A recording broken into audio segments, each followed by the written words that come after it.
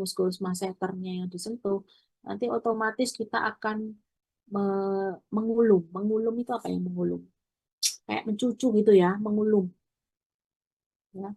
Karena nervus temporal dan dan muskulus temporal dan muskulus masseternya dirangsang. Ya. Jadi ada refleks mengulum di sini ya. Ini dia. Namanya adalah Jaw-Jack refleks. Ya. Terus untuk nervus 7, nervus 6 kan tadi sudah ya, nervus 4 sudah. Sekarang nervus 7. Nervus 7 ini teman-teman itu ada untuk otonom, ya saraf otonom, ada juga untuk saraf apa sensoris dan juga untuk saraf motorik ya.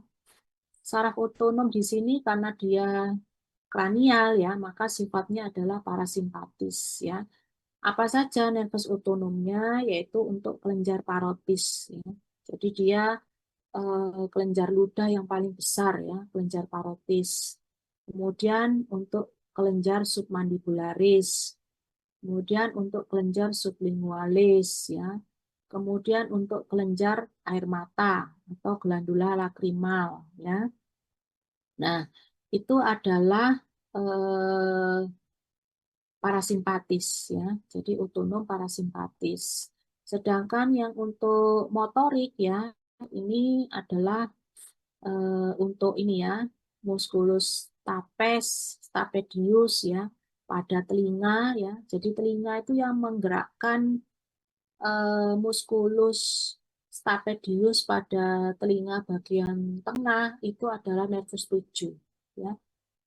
Untuk apa musculus stapedius ini? Tujuannya adalah untuk mengubah getaran suara menjadi getaran mekanik ya. Nah, kalau getaran suara itu diubah menjadi getaran mekanik ya, maka dia bisa istilahnya itu menggerakkan rambut getar pada reseptor pendengaran maupun reseptor vestibular ya. Nah, kalau terjadi suatu kelumpuhan ya, kelumpuhannya di mana? Kelumpuhannya bisa di mana namanya di tempat keluarnya saraf nervus facialis atau setelah masuk ke meatus acousticus internus ya.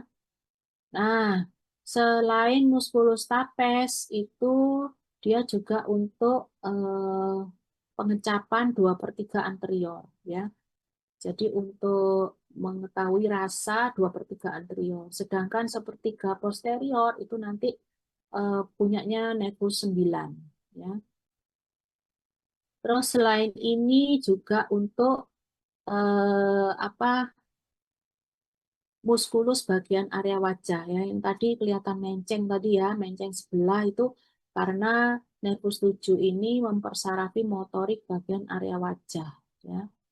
Nah, sekarang nanti Anda bisa periksa ya itu apa kerabat Anda yang kena ya. Apakah ketika dia mengunyah makanan itu produksi air ludahnya sedikit atau berkurang atau normal ya. Kalau misalkan dia produksi air liurnya berkurang ya berarti dia anunya apa gangguannya itu adalah pada saat nervus facialis keluar dari batang otak atau pada saat dia memasuki meatus acousticus internus ya. Nah, tapi kalau misalkan dia anu eh, kelenjar ludahnya normal, terus dia masih bisa merasakan makanan ya karena pengecapan 2/3 anteriornya itu normal ya, kemudian glandula lakrimalisnya ini normal ya, berarti kerusakannya itu ketika dia sudah keluar dari telinga ya. Jadi ketika dia sudah keluar dari telinga kerusakannya ya. Nah, mungkin saja karena hipertensi bisa, mungkin bisa juga karena apa namanya infeksi ya pada apa daerah wajah sehingga menyebabkan kelumpuhan pada nervus 7 untuk motorik daerah wajah bisa juga atau karena tidak tahan terhadap perubahan suhu yang ekstrim. Nah, itu juga bisa menyebabkan gangguan pada apa bagian motorik dari nervus 7. Ya. Jadi kalau misalkan otonomnya tidak apa-apa, ya pendengarannya juga tidak terganggu, ya kemudian produksi air mata juga tidak terganggu, kemudian fungsi pengecapan juga tidak terganggu, fungsi kelenjar ludah itu tidak terganggu, berarti dia hanya terganggu tentang motoriknya, ya. Motorik daripada eh, apa namanya muskulus yang ada di daerah wajah, ya. Nervus 7. Sekarang nervus 8, ya. Nah, teman-teman, nervus 8 ini tadi ada hubungannya dengan telinga, ya. Jadi telinga itu yang sebelah kiri ini adalah auditori, ya. Auditori itu berarti fungsi pendengaran, ya. Jadi telinga bagian tengah itu ada yang namanya dalam, ya. Telinga bagian dalam itu ada yang namanya koklea. Koklea itu bentuknya seperti ini, ya. Jadi seperti rumah siput begini, ya, bentuknya 2,5 lingkaran seperti rumah siput, ya. Kemudian reseptornya adalah organon corti yang di bawah ini, ya. Nah, reseptor ini akan membawa nervus cochlearis yang nanti akan bergabung dengan kanalis semicircularis menjadi nervus vestibularis, ya. Nah, nanti dia akan masuk ke dalam pons. Ya, bukan medula oblongata, ya, maaf. Masuk ke dalam medula oblongata, di situ ada nukleusnya. Namanya adalah nukleus cochlearis, ya, untuk pendengaran. Kalau untuk keseimbangan namanya adalah nukleus vestibularis, ya. Jadi kalau cochlearis dia masuk ke nukleus cochlearis, ya. Nah, nanti dia akan berjalan, ya, berjalan menuju ke olivari. Jadi menuju ke Anda kemarin praktikum sudah tahu, ya, ada apa tuberculum olivari, ya, di daerah lateral dari medula oblongata, ya. Nah, itu dia akan masuk ke olivari, ya. Masuk ke olivari, ada yang ipsilateral, ada yang menyeberang, ada yang kontralateral, ya.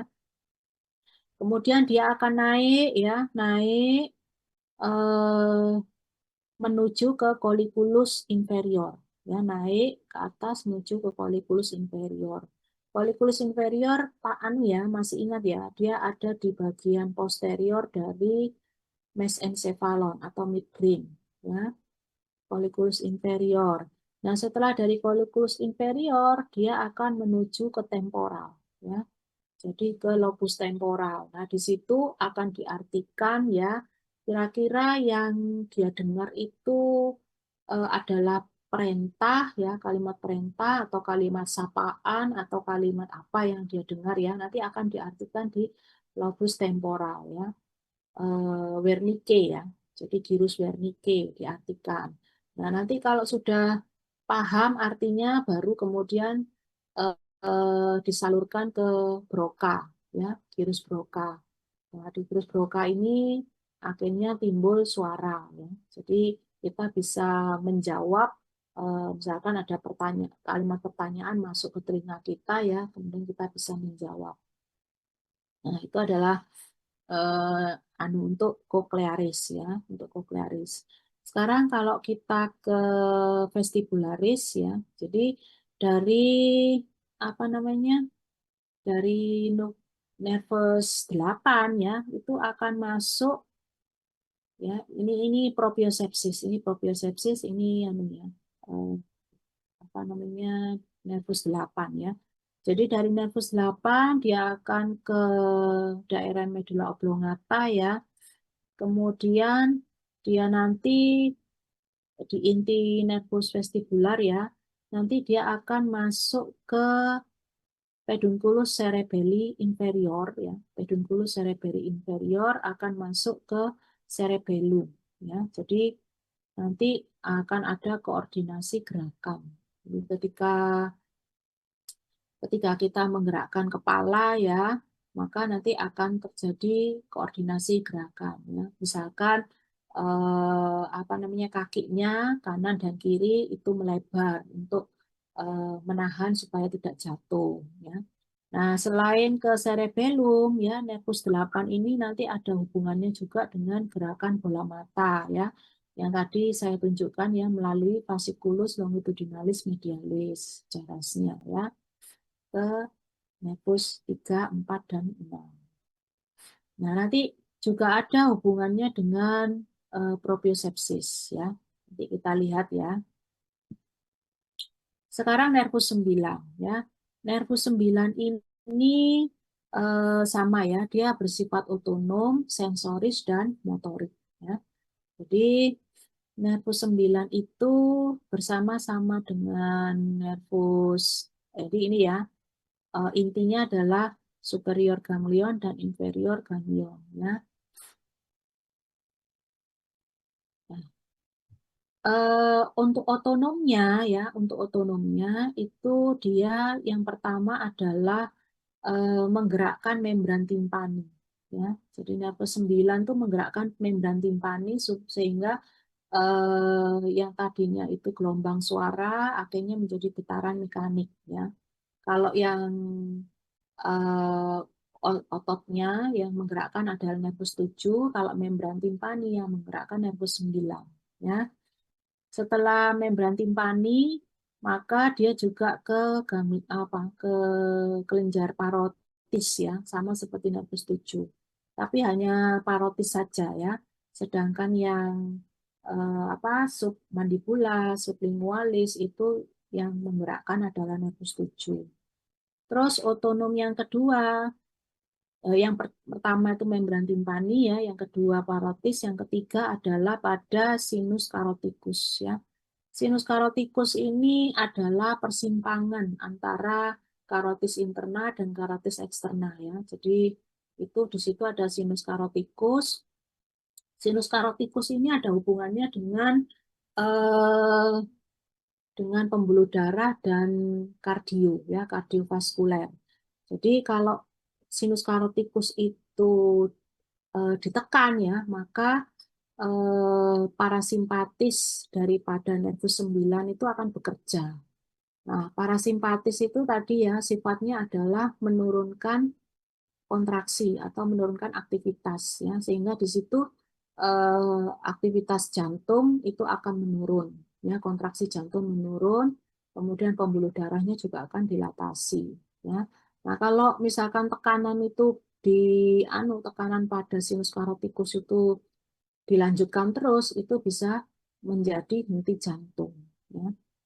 Makanya hati-hati ya kalau Anda bermain-main ya, kalau misalkan tidak sengaja tertekan ya sinus karotikus yang ada di bawah telinga itu ya, atau di daerah apa namanya trigonum anterior pada leher ya, maka itu akan membangkitkan saraf parasimpatis nervus 9 ya, dan dia akan menurunkan aktivitas jantung sampai dengan terjadi henti jantung ya. Jadi bahaya, hati-hati ya.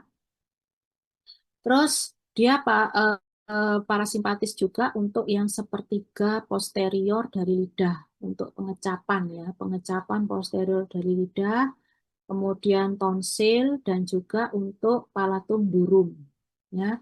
Palatum durum dan palatum mole ya. Palatum durum ya ada di mana belakang ini ya, belakang kavum oris ya. Jadi belakang kavum oris sebelum orofaring itu kan ada namanya palatum durum ya. Nah, kalau misalnya kita menggerakkan lidah terus kita ya apa namanya eh, menyentuh palatum durum maka akan terasa keri ya. Keri itu apa ya keri itu? Jadi terasa keri ya, apa tergelip apa kayak dikitik kitik-kitik gitu ya, apa yang terasa apa ya? Ya pokoknya ada saraf di situ punyanya nervus 9 ya. Selain itu nervus 9 itu juga untuk motorik ya. Di sini fungsinya adalah untuk stylofaringeus dan dan apa pokoknya untuk otot-otot di orofaring ya. Jadi otot-otot di orofaring. Jadi dia membantu untuk proses menelan ya, proses menelan karena dia mempersarafi otot-otot untuk faring ya, orofaring. Terus nervus 10 sekarang ya. Nervus 10 atau nervus vagus ya, ini banyak sekali ya karena dia itu hampir saraf otonom tuh hampir seluruh organ itu di dipengaruhi oleh nervus 10 atau nervus vagus ya. Nah, selain otonom itu juga motorik ya. Motorik dari motorik di mana? Motorik yang ada di laring dan faring ya. Jadi motorik di laring dan faring untuk proses bernafas ya. Kemudian dia juga menggerakkan esofagus, menggerakkan trakea ya di sini untuk proses pernafasan. Kemudian ini aorta juga ya, aorta. Terus di sini nervus vagus juga jantung ya. Kemudian paru-paru ya. Kemudian gaster ya, spleen, kidney ya. Kemudian ini intestin ya, baik small maupun yang eh, large ya, large intestine, kemudian ke liver juga begitu ya. Jadi teman-teman kenapa kalau nervus vagus ini sama ya sebenarnya fungsinya dengan nervus 9 ya. Tetapi karena nervus vagus ini letaknya di dalam ya, jadi dia tidak bisa dijangkau di permukaan tubuh. Yang bisa dijangkau di permukaan tubuh itu adalah nervus 9 ya. Karena apa? Karena sinus karotikus ini bisa di ini ya, bisa di apa namanya di raba ya pada bagian leher.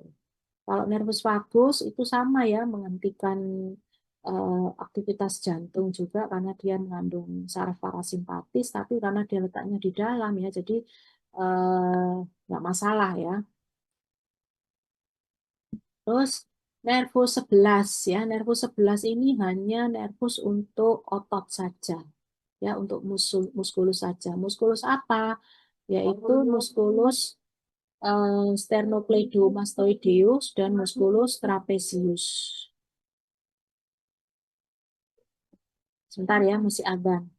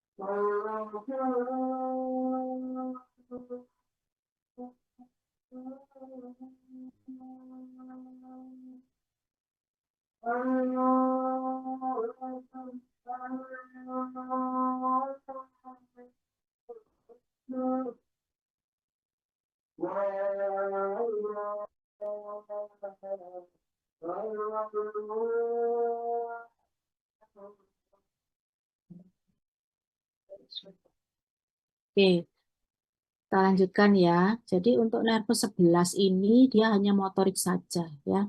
Untuk menggerakkan musculus sternocleidomastoideus dan untuk menggerakkan musculus trapezius ya.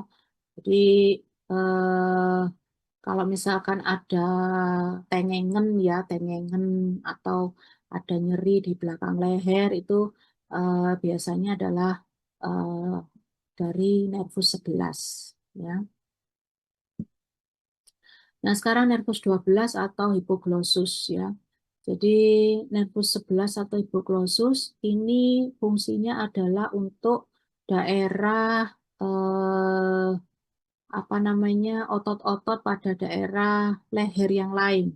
Jadi selain selain daripada nervus 9 juga ada nervus 12 ya untuk otot-otot daerah leher ya. Selain nervus 11 tadi ya. 11 jadi 9 11 dan 12 itu adalah untuk otot-otot leher. Khusus untuk yang 9 itu untuk membantu eh, menelan ya.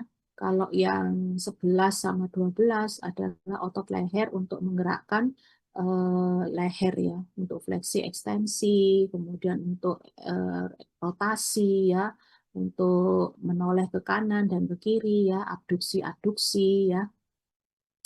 Jadi itu adalah fungsi dari nervus 11 dan 12. Ya, jadi dia tidak ada ke nervus yang lain.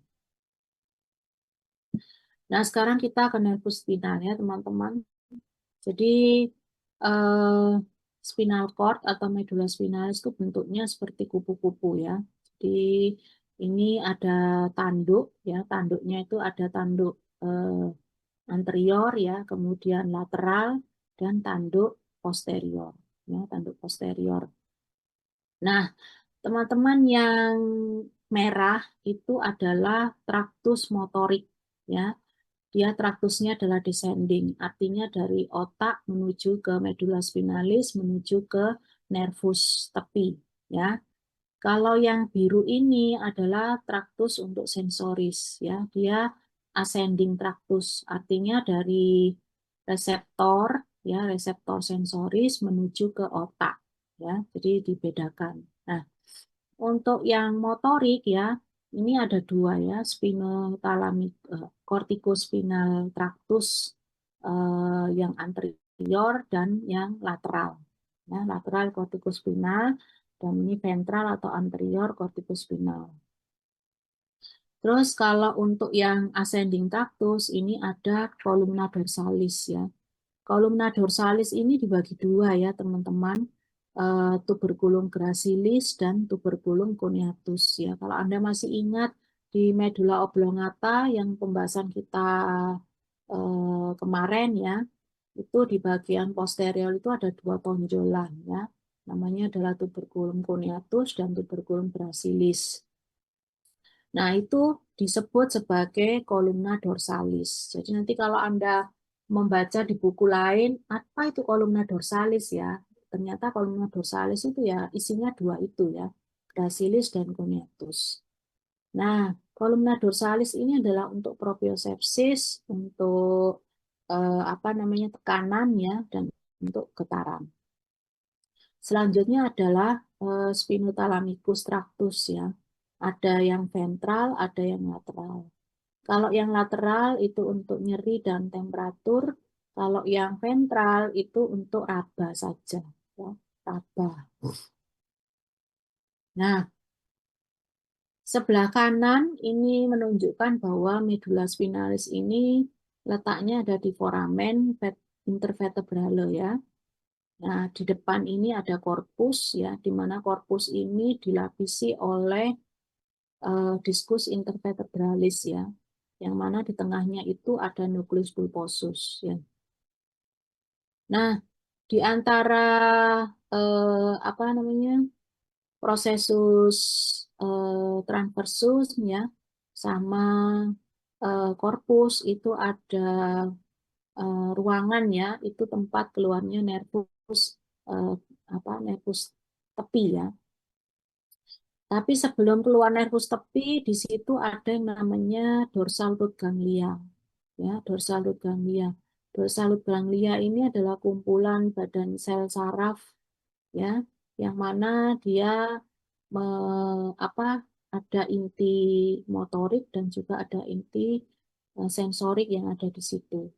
Nah, sekarang Anda bisa membayangkan ya, kalau misalkan terjadi HNP, itu kebanyakan yang kena adalah bagian motorik. Ya.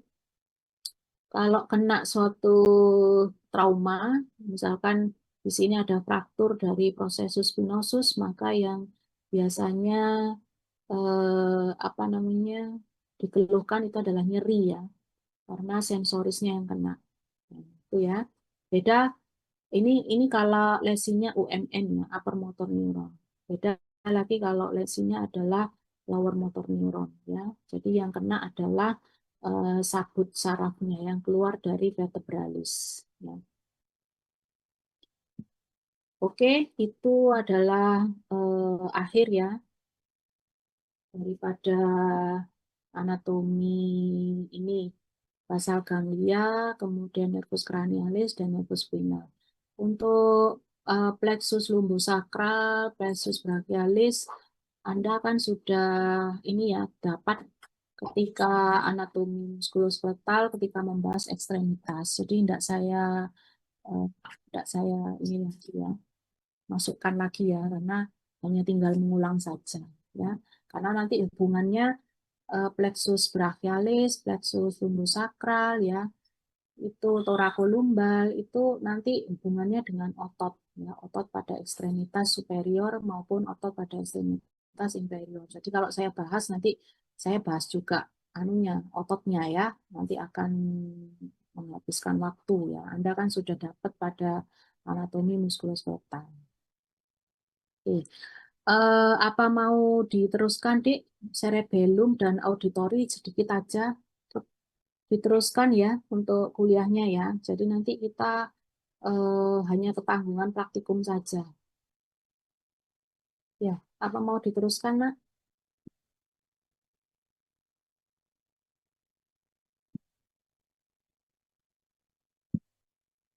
Jadi kuliahnya sudah selesai, nanti tinggal saya praktikum saja ya. Oke. Nggak banyak kok. Karena sistem vestibularis ini kita hanya membahas masalah cerebellum dan anunya dan apa eh, propriosepsis ya.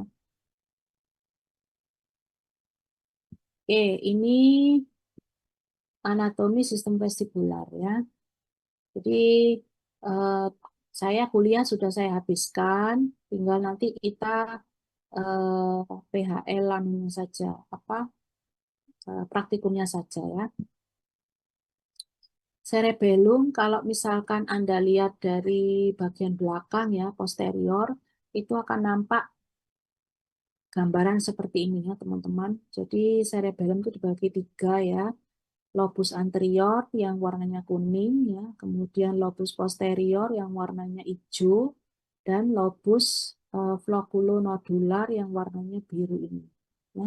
Jadi cerebellum tuh kalau tampak dari posterior seperti ini ya teman-teman. Jadi kayak piramid, piramid ini gambarkan ini Anda bayangkan saja seperti piramid ya. Jadi piramid yang ini bagian anterior, ini bagian posterior ya. Kemudian yang ini floculonodular. Nah, lobus anterior dikenal juga dengan nama paleocerebellum. Paleo itu berarti tua ya. Jadi lobus anterior ini adalah lobus awal yang dibentuk pada saat proses organogenesis pada saat janin ya bertumbuh dan berkembang di dalam rahim ya. Jadi ini lobus anterior, lobus yang pertama kali dibentuk. Ya. Tujuannya dia berfungsi untuk mengatur tonus otot, ya, tonus otot. Setelah itu baru dibentuk lobus posterior atau disebut neocerebellum. Ya. Fungsinya adalah untuk koordinasi gerakan. Sedangkan yang paling terakhir adalah lobus floculonodularis atau yang disebut archicerebellum. ya. Nah, ini selain mengatur tonus otot, ya, kemudian keseimbangan juga sikap tubuh, ya. Jadi tonus otot, keseimbangan dan sikap tubuh. Sehingga Anda bisa anu ya, mengatakan ya, kalau misalkan terjadi suatu stroke ya pada arteri cerebralis ya, maka fungsi daripada ini akan terganggu. Nah, Anda lihat ya, kalau cerebellum yang terganggu itu tidak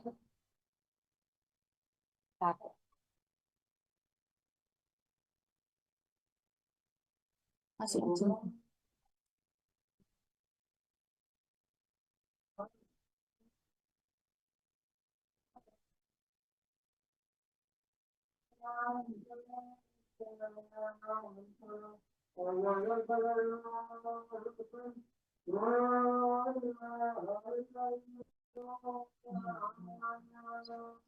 Ya, jadi kalau Anda lihat ya fungsinya daripada cerebellum, sehingga kalau misalkan terjadi stroke yang mengenai arteri cerebralis, tidak pernah ada namanya kelumpuhan. Ya, jadi tidak pernah pasiennya itu lumpuh kalau yang kena adalah cerebellum. Karena apa? Fungsinya hanya untuk tonus, ya, koordinasi gerakan, kemudian keseimbangan dan sikap tubuh. Ya, sehingga kalau terjadi sesuatu pada cerebellum, maka dia akan menjadi hipotonus, ya, atau hipotonia. Kemudian ataksia, ya. Ataksia ini teman-teman seperti gerakan yang patah-patah itu ya. Jadi ataksia itu gerakannya patah-patah atau apa ya, sikap tubuh, kemudian gangguan keseimbangan, gangguan koordinasi. Jadi ataksia itu gangguan apa kalau melakukan gerakan itu patah-patah ya. Jadi kayak kayak pantomim itu ya. Anda kalau pernah lihat pantomim, gerakannya kan patah-patah begini ya. Karena apa? Karena gangguan daripada koordinasi ya, koordinasi gerakan kanan dengan kiri, sehingga terjadi suatu ataksia. Kemudian ada juga gangguan keseimbangan ya, jadi orangnya itu biasanya mengeluh ada apa gangguan ini loh apa ya sakit yang muter-muter itu apa ya namanya dek ya? Apa ya namanya? Muter-muter itu loh dek, saya kok anu yang kalau lihat itu muter-muter orang apa ya vertigo ya Allah vertigo ya jadi kalau ada gangguan apa cerebellum yang terganggu biasanya orangnya akan mengeluh vertigo ya tapi vertigo pusat kenapa karena yang kena adalah cerebellum bukan dari kanalis semisirkularis atau dari utriculus sacculus ya atau dari bola mata ya bukan ya.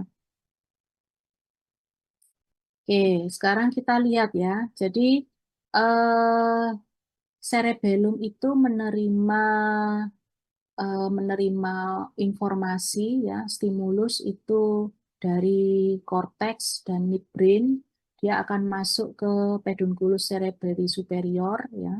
Kemudian dia juga akan menerima informasi dari pons, masuknya melalui pedunculus cerebelli media ya.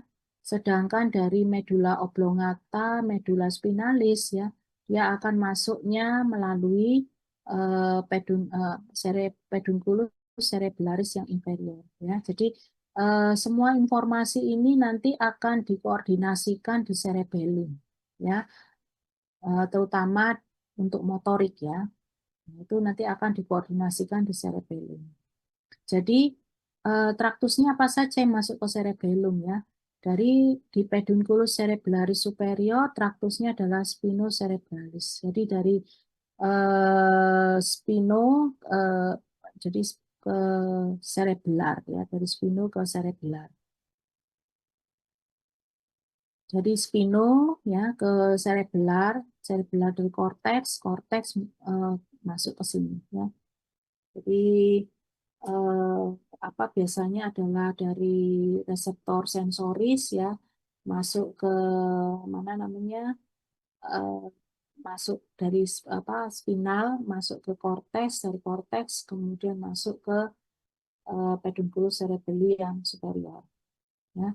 Ini masuknya ke paliocerebellum. Paliocerebellum tadi untuk tonus otot ya.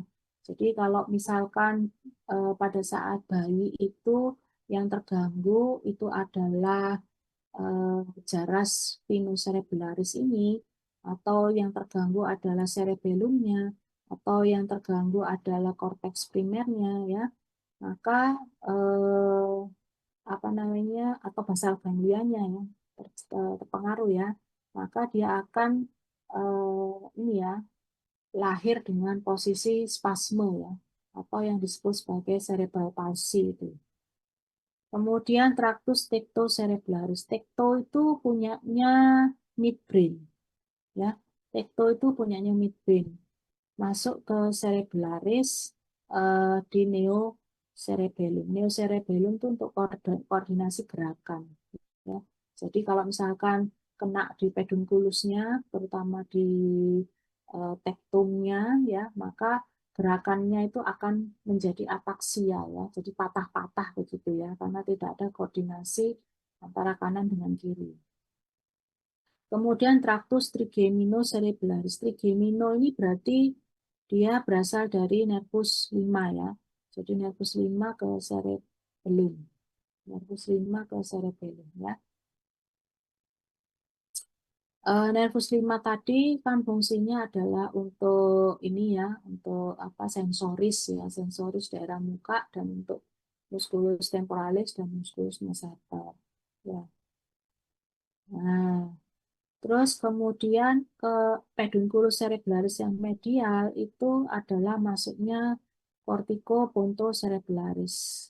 Jadi dari cortex kemudian ke pons ke cerebralis. Ya, biasanya itu untuk area wajah ya. Jadi untuk area wajah misalkan saja ketika kita mengunyah ya. Jadi mengunyah itu ada koordinasi gerakan antara apa gigi kanan dengan gigi kiri ya. Kemudian ketika kita senyum itu ada koordinasi antara otot apa namanya orbicularis oris yang kanan dengan yang kiri ya, musculus risorius yang kanan dan kiri gitu ya. Jadi biasanya adalah untuk area wajah. Kemudian pedunculus cerebellari inferior ini masuknya spinocerebelaris dorsalis ya. Jadi spinocerebelaris dorsalis ini bagian sensoris ya. Jadi sensoris. Kemudian inti gracilis dan cuneatus. Jadi tadi kan di inti gracilis dan cuneatus itu ada reseptor propriosepsis ya. Jadi ada reseptor propriosepsis yang mana nanti masuk melalui pedunculus cerebelaris inferior ya, nanti akan menjaga keseimbangan tubuh ya. Kemudian ada traktus vestibulus cerebelaris ya. Vestibulus cerebelaris ini dari telinga ya, dari telinga ke cerebellum sama ya untuk mengatur keseimbangan. Terus ada inti olivari inferior. Nah, tadi olivari itu kan hasil daripada auditori ya. Jadi tadi auditori masuk ke nukleus cochlearis, dari nukleus cochlearis itu masuk ke olivari ya. Olivari itu ada yang ipsilateral, ada yang kontralateral. Nah, ini yang olivari yang kontralateral. Ya, nanti masuknya ke cerebellum. Nah, itu kenapa kok auditori auditori itu juga masuk ke cerebellum ya, karena itu akan anu ya mempengaruhi sikap tubuh ya, sikap tubuh. Misalkan saja mendengar peluit kereta api ya, peluit kereta api yang keras ya, berarti itu menandakan bahwa ada kereta api yang mau lewat ya, sehingga kita sikapnya adalah kita menjauh dari rel. Nah, itu karena dia mempengaruhi sikap tubuh, maka ada hubungan juga dengan auditori. Ya, ini cerebellum. Nah, ini aspek klinisnya. Nah, ini sekarang kita ke telinga ya. Anda kan belum dapat ya telinga. Jadi sedikit saya singgung ya. Jadi telinga kita teman-teman itu dibagi jadi 3 ya. Ada telinga bagian luar, ya. Kemudian kecil ini telinga bagian tengah, dan yang terakhir ini telinga bagian dalam. Ya. Telinga bagian luar tuh isinya adalah daun telinga atau auricula, kemudian isinya adalah lubang telinga atau meatus acousticus externus, ya, meatus acousticus externus. Kemudian ada membran timpani. Ya. Membran timpani ini adalah batas antara telinga bagian luar dan telinga bagian tengah. Ya. Nah, di bagian tengah ini isinya apa saja? Isinya adalah osikule. Osikule itu ada apa, MAE ya, Malleus, eh, incus dan stapes, MIS ya. Malleus, incus dan stapes. Jadi ada 3 tulang yang berartikulasi di dalam telinga bagian tengah. Nah, yang menggerakkan tulang-tulang ini namanya adalah musculus stapedius. Yang tadi yang saya bahas ya, bahwa musculus stapedius itu yang menggerakkan adalah nervus 7. Ya. Dia fungsinya apa? Mengubah getaran suara yang masuk melalui meatus acousticus externus, ya, kemudian menggerakkan membran timpani. Nah, membran timpani yang bergerak ini akan meresonansi osikule ya, osikule yang apa, Malleus, incus dan stapes tadi, dan juga musculus stapedius yang menggerakkan otot tadi ya, tulang tadi ya. Nah, tulang tadi itu ketika dia bergerak, ya dia akan menggerakkan cairan yang ada di dalam bentukan di telinga bagian dalam. Ya, telinga bagian dalam ini isinya apa? Ya, isinya itu adalah rumah siput. Ya, rumah siput ini yang 2,5 lingkaran yang disebut koklea ya. Kemudian yang kayak apa, telinganya kelinci ini disebut sebagai kanalis semicircularis ya. Kanalis semicircularis ini ada 3 ya, yang anterior, kemudian posterior, sama lateral ya. Ada 3. Nah, di bagian tengah ini ada yang namanya utriculus dan sacculus ya. Organ keseimbangan itu terdiri dari utriculus sacculus dan kanalis semicircularis. Sedangkan organ untuk pendengaran adalah koklea atau rumah siput. Ya. Jadi suara yang ditampilkan di apa namanya, yang diterima oleh telinga bagian luar nanti akan diubah menjadi getaran mekanik telinga bagian tengah, nanti akan menggerakkan cairan yang ada di dalam telinga bagian dalam ya, untuk keseimbangan dan juga untuk pendengaran. Nah ini ya, kalau kalian perhatikan ya teman-teman, bahwa bagian luar itu adalah tulang ya. Jadi di bagian luar ini tulang. Sedangkan ada yang hitam ini di bagian tengah itu isinya adalah cairan yang dibatasi oleh membran. Ya, membran tipis, ada cairan. Nah, cairan inilah yang nanti akan digetarkan oleh osikule tadi. Ya, cairan yang bergetar itu akan menggerakkan rambut-rambut pada reseptor. Ya, ini di sini nih. Nah, ini ya kalau diperbesar, ya ini rambut-rambut reseptornya kayak begini. Jadi kalau cairan tadi bergerak karena getaran ya, maka rambut-rambut apa, reseptornya ini akan bergerak. Nah, kalau rambut-rambut ini bergerak, dia akan mengubah gerakan rambut getar ini tadi menjadi stimulasi listrik, ya, yang nanti akan diteruskan atau diterima oleh nervus vestibulocochlearis. Ya.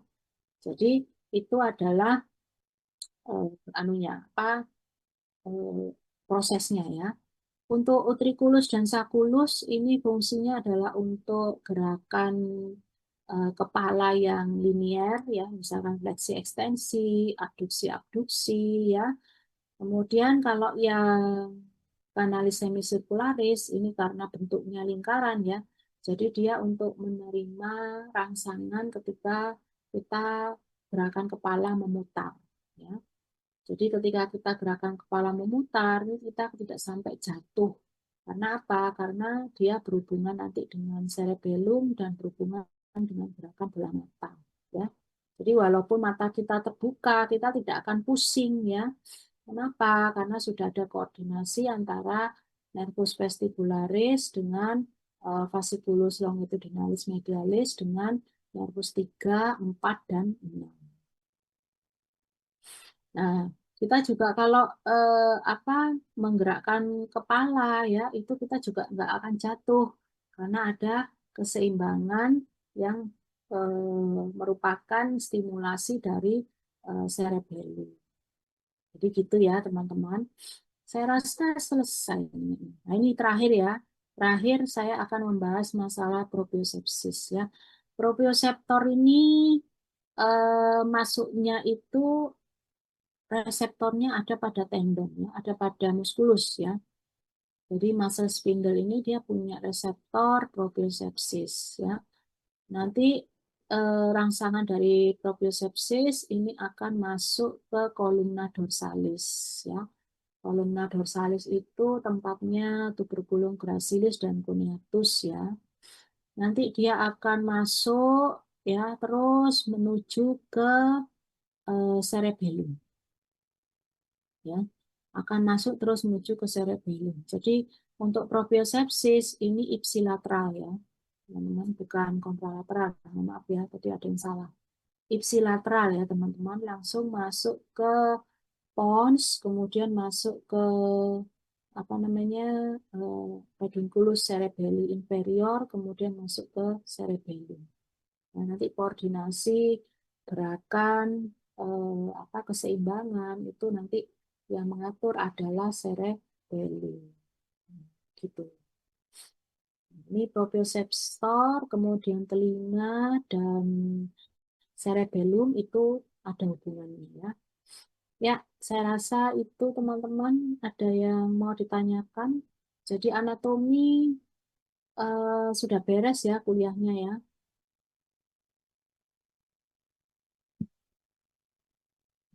Tinggal kita praktikum. Oke.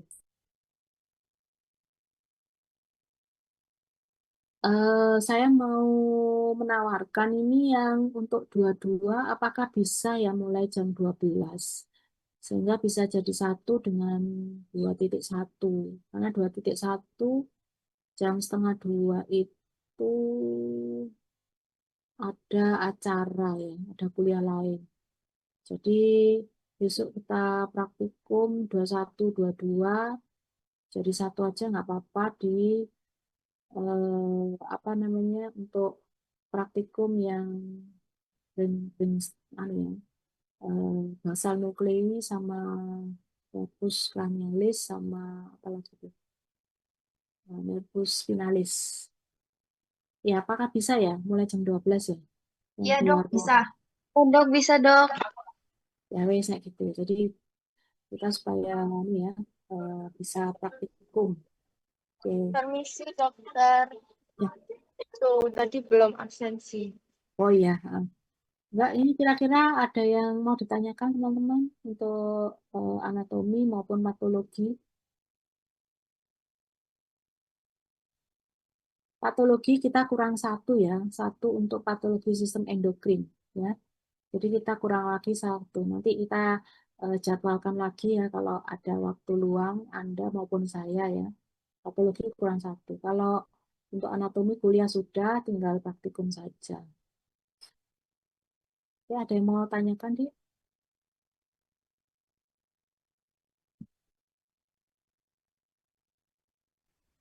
Maaf dok, izin bertanya, untuk PHL anatomi praktikum di kelas 2.4 akan dilaksanakan di hari apa ya dok?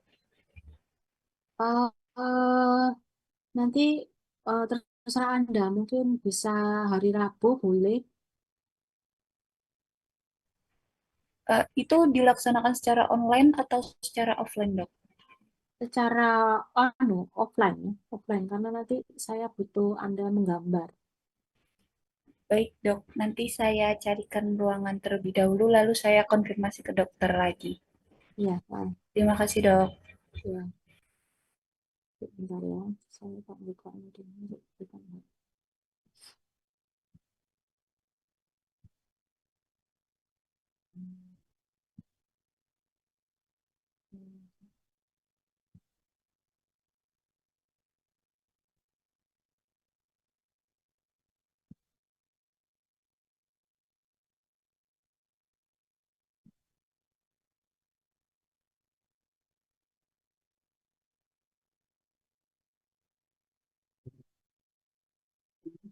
Saya buka lagi presensinya. Jadi nanti untuk presensi anatomi nanti saya saja yang ya, yang mempresentasikan. Yang penting patologi itu dasarnya saya untuk memasukkan ya, memasukkan apa presensi.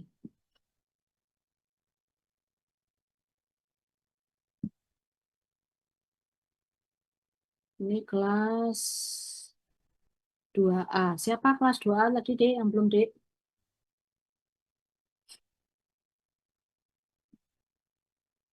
Halo? Kelas 2A siapa yang belum?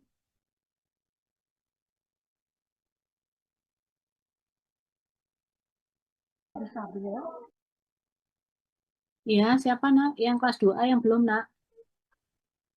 Iya, Isabel, dokter.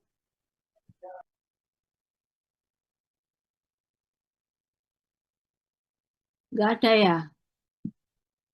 Halo dokter, permisi. Saya atas nama Esther mau absen. Saya hadir kok. Esther, oke. Iya, Terus terima kasih siapa dokter. lagi? Ya, Permisi siapa lagi? dokter, saya Ramaiza Nadian Syafitri, Kelas berapa? 2B dokter. Kak, saya tanya 2A dulu. 2A dulu. 2A sudah lengkap kah? Selain Esther ada lagi nggak yang belum absen? Atas nama Isabel. Isabel, oke. Terus ada lagi? Terima kasih dokter. Ya, dari 2A. 2A dulu ya. Ada lagi yang belum absen, Nak?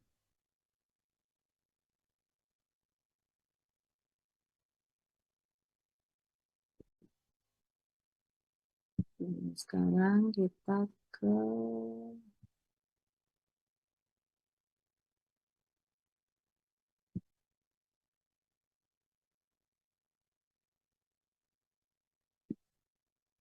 patologi.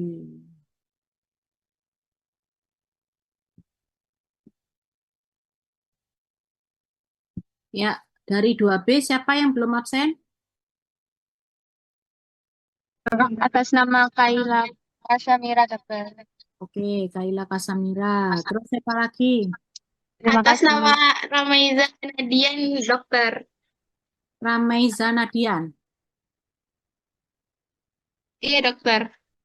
Oke, terus siapa lagi? Saya dok, atas nama Muhammad Zahwan.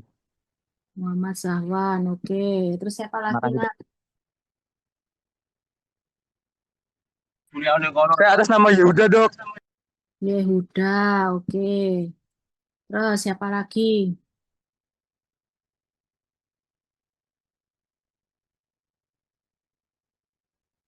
2B sekarang siapa? Selain yang tadi.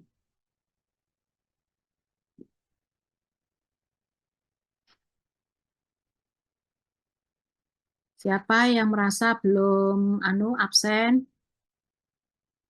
2B.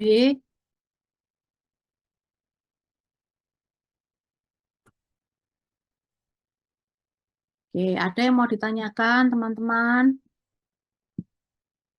Ada yang mau didiskusikan lagi? Silakan kalau ada yang mau didiskusikan lagi. Ini sudah ya, berarti ya, 2A, 2B ya, nggak ada lagi ya. Oke, kalau begitu karena nggak ada ini ya yang didiskusikan lagi, saya tutup sampai di sini. Mudah-mudahan bermanfaat. Nanti kita untuk patologi yang kurang sistem endokrin, nanti kita akan reschedule lagi ya teman-teman. Yang bagi yang di perjalanan ya, semoga lancar perjalanannya sampai ke Surabaya dengan selamat ya. Saya akhiri sampai di sini. Assalamualaikum warahmatullahi wabarakatuh. Waalaikumsalam warahmatullahi wabarakatuh. Waalaikumsalam warahmatullahi Terima kasih, Dok. wabarakatuh.